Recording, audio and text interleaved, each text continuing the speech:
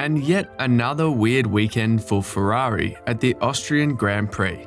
The team would continue their streak of having a driver at the top step of the podium. This time it would be Charles Leclerc's turn for glory, while Carlos Sainz would take the heat both figuratively and literally as the Spanish driver blew out his engine while chasing down a seemingly helpless Max Verstappen, who could be heard complaining about his tyres degrading at a faster pace than what the team expected. So what upgrade did Ferrari make to the F175 that made them so dominant in Austria? And when will Ferrari finally figure out their reliability problems? Do they have a plan in place? And what does this mean for Carlos's future for the rest of the races this season? Well, you're going to have to stick around to find out. But before we get to it, consider subscribing to the channel, because I can guarantee that no other channel except The Race probably uploads as frequently as we do. Now that's out of the way, let's get to it. Charles Leclerc was undoubtedly the fastest driver with the fastest car this past weekend in Austria. After chasing down Red Bull's Max Verstappen, the Monegasque would hold on and never relinquish his position to the Red Bull driver. And while skill and track conditions may have played a part to Leclerc's dominance this past weekend, team boss Mattia Binotto believes that the team's latest upgrade to the F175 played a huge part in the team's performance in the Red Bull ring. In his words, "With that new rear wing, I think we simply reduced the gap. I think they still have got a slight advantage, but very little or negligible. And while in terms of power, we are very close. Then it's only about the grip limited in the corners where we can make the difference." Charles would also share his thoughts as to why he thinks Ferrari was able to be so dominant in Sunday's race when that wasn't the case in Saturday's sprint. Most fans and Charles' teammate Carlos Sainz was puzzled as to why Charles seemed like he was choosing to hang back behind Max during the sprint race when the team had predicted before the race that degradation wouldn't be an issue and that both drivers were instructed to have a full attack mindset. But after the race, Leclerc would share that he saw Saturday's sprint race much differently and that he thought that preserving his tyres in the earlier parts of the race would be more beneficial. In Charles' words, "Their tyre deg was more evident today," said Leclerc on Sunday. "But it was there yesterday too, I felt. Yes, maybe in hindsight, if I'd pressured Max from the start of the sprint, it would have been clearer. And with a new rear wing that suits a track like the Red Bull ring more, the whole dynamic of the Red Bull-Ferrari race day battles that we have come to enjoy this season is now on equal footing with Red Bull, now not having as much of a straight-line speed advantage over the Maranello team." But Charles' race wouldn't finish without any unnecessary drama brought about by his own team, as Charles would be heard on the team radio complaining about this throttle pedal getting stuck. His complaints came only minutes after his teammate Carlos Sainz, whom we'll be talking about a little later, had to retire from the race after his engine caught on fire. Now, Ferrari has been notorious for letting wins slip through their fingers, and it seemed like the 22 Austrian Grand Prix would be added to that long list. So much so that Mattia would admit in the post-race interview that he could not watch the race because of how nervous he was. In his words, "I have to admit, I was very nervous, disappointed as well with what happened to Carlos, but so nervous that I stopped watching the race in the last 3 laps. It seems by now that it is a fact that the only people that can beat Ferrari is Ferrari themselves, and that if they don't self-implode, the team will be able to give Red Bull a real challenge for the title." Speaking of self-implode, as mentioned before, Carlos Sainz may have had the scariest incident this season after his car caught on fire during the race. Luckily though, Carlos was able to get out of it just in time. But what does this mean moving forward for Carlos and the team? Well, W Series champion Jamie Chadwick believed that the incident made life easier for Binotto and the team.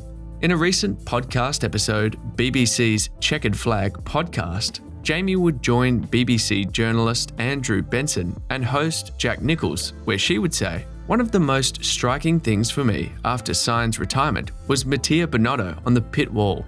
The camera showed him with his head in his hands." Nicholls said of the Ferrari team boss' reaction to the failure, "He's got black curly hair and his fingernails were scraping through it in that frustrated manner. And when he lifted his head up again, the colour was indistinguishable from his t-shirt. Like it was a really pained situation for Binotto, because not only has this happened and cost them a second place and a 1-2, this will hurt Sainz further down the road. Leclerc has already had to take an engine penalty. Surely this will affect Sainz on that front too. As we can remember, Charles had to take an engine penalty in Canada after suffering for power unit failures in Barcelona, and Andrew Benson believes that Sainz would be following in the very near future, saying, "Sainz has already used his allocated 3 engines this season, so we are now at the halfway point of the season, and he's certainly got 1 engine penalty looming pretty soon." It looks like both he and Leclerc will have another engine penalty beyond that, given their engine usage at the moment. I've not heard Ferrari have a fix for this problem yet. They are managing their engines. So I think Sainz could even have an engine penalty at the next race in France. That's a real blow for his title hopes, which he thought he was in with a shot at after winning at Silverstone. But actually, paradoxically, in terms of the championship, it actually gives them a clearer picture from now on at the halfway point in the season, he said. Leclerc now has quite a decisive advantage over Sainz. It might make their life a bit easier in terms of making Leclerc their definitive number 1. And as to the specifics as to what the exact problems were to Sainz's car, Mattia would reveal that the likelihood of it being the same to what the team experienced in Baku is very high. In his words, "Obviously, we need to look at what happened today. Is it the same we had already in Baku with Charles? Very likely. It's certainly a concern, but the people back at Maranello are working very hard trying to fix things. Obviously, looking at what happened to Carlos, it has not been solved yet, but we have new elements and I know how strong they are working and how good they are. I can count on them that it will be addressed very soon, and hopefully as soon as possible." And when asked for a timeline for when he thinks the team will finally be able to figure out their reliability issues, Mattia would say, "We have a very good performing engine. That gives me hope for the future when we have found a way to make it reliable as well. These are problems that worry us for the coming races, not in the long term. I am convinced that we can solve it as a team. For this kind of intervention, you need time.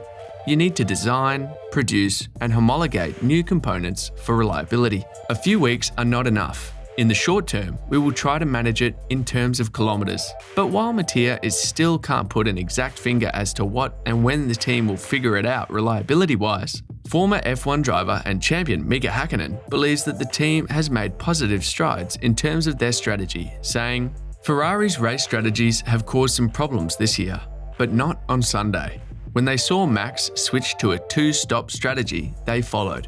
But by making their pit stops significantly later, they always retained a strong tyre advantage. This is the kind of confident strategy Ferrari will need to maintain if they are to consistently challenge Red Bull."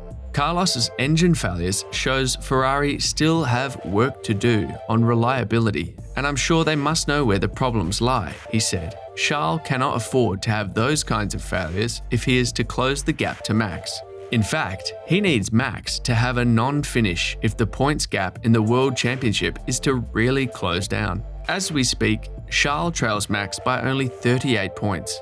And while Carlos may not like to hear this, but I do agree with the ongoing notion that the team should define who their number 1 driver is.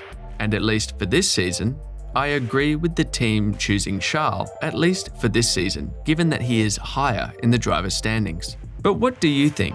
Will Ferrari be able to save their season, or will they self-implode again some ways down the line?